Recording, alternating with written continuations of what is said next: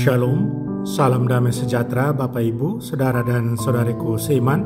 Senang berjumpa kembali dengan Anda dalam permenungan harian Sabda Tuhan, Embun Sabda di hari Selasa 23 November 2021. Semoga Anda dalam keadaan sehat, tetap semangat, tetap tersenyum, dan tetap berpengharapan pada Tuhan kita Yesus Kristus. Anda selalu dalam lindungan kasih Tuhan. Buat saudara dan saudariku yang sakit, saya berdoa dalam nama Tuhan Yesus, Anda sembuh.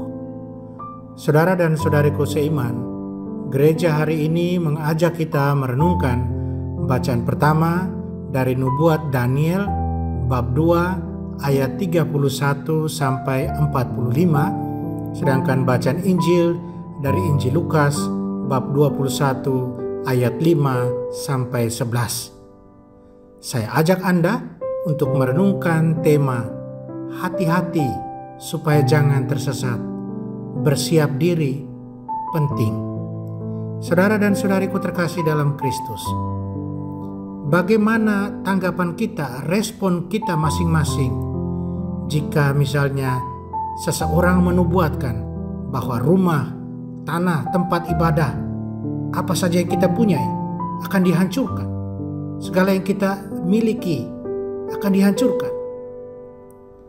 Yesus menubuatkan banyak tanda yang akan menggoyahkan orang-orang dan bangsa-bangsa.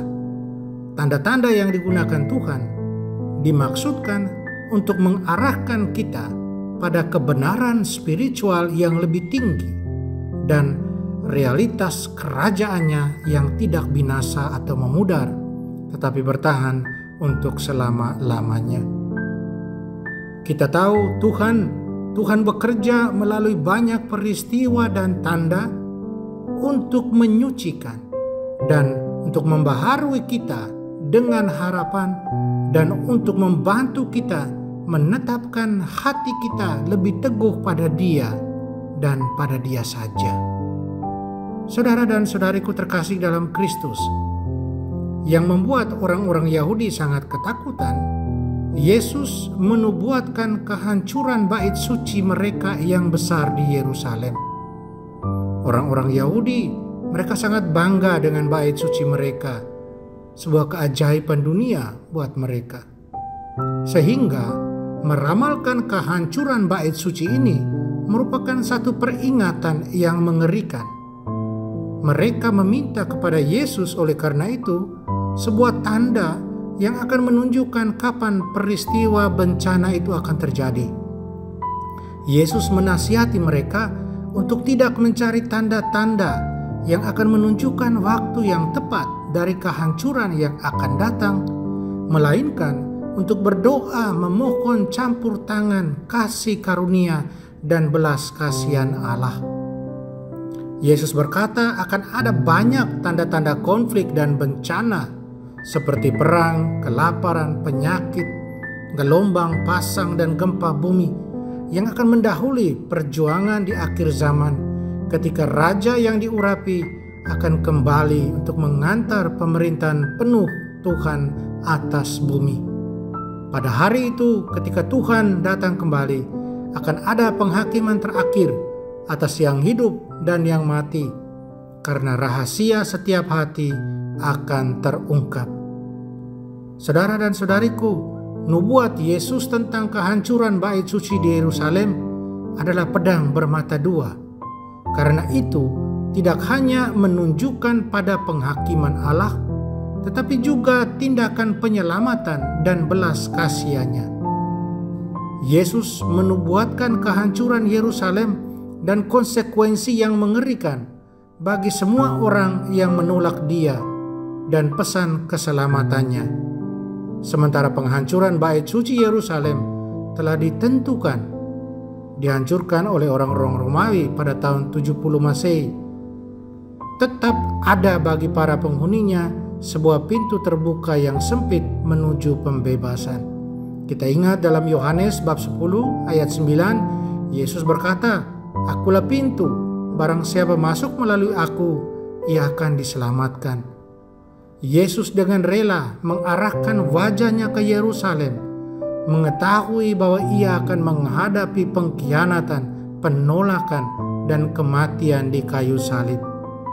Kematiannya di kayu salib bagaimanapun membawa kebebasan sejati, membawa perdamaian dan kemenangan atas kuasa dosa, atas kejahatan dan kematian.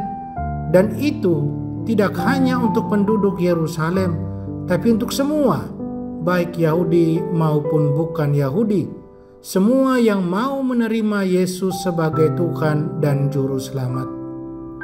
Saudara dan saudariku, tahukah masing-masing kita akan kedamaian dan hidup yang tenang yang diserahkan kepada Yesus Tuhan kita? Saudara dan saudariku, kita perlu mengenali tanda-tanda penghakiman, tanda-tanda belas kasihan, tanda-tanda kasih karunia Tuhan yang mau menyelamatkan kita. Kadang-kadang kita tidak menyadari krisis moral dan konflik spiritual di zaman kita hidup, sampai ketika sesuatu mengguncang kita dengan realitas kondisi saat ini.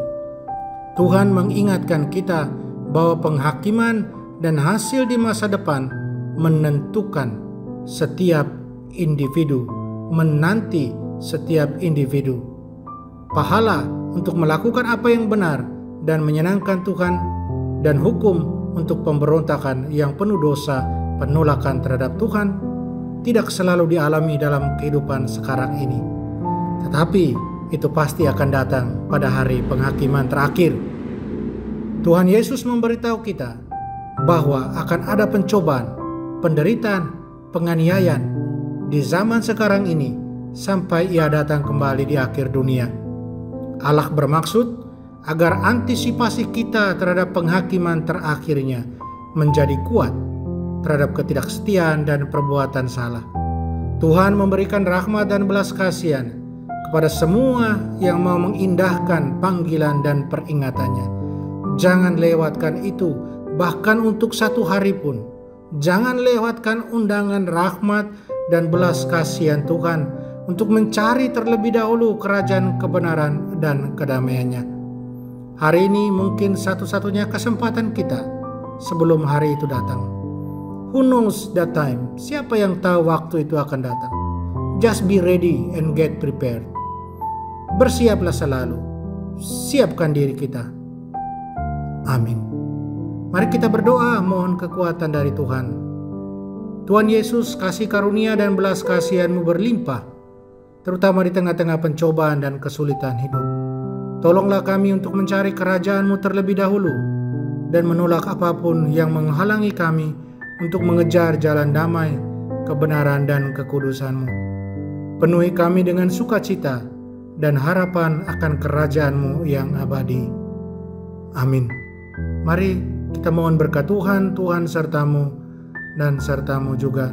Kita sekalian, semua orang yang kita sayangi dan kasih, segala usaha, rencana, dan kerja kita dilindungi, dibimbing, dan diberkati Allah yang Maha Kuasa, Bapa dan Putra dan Roh Kudus. Amin.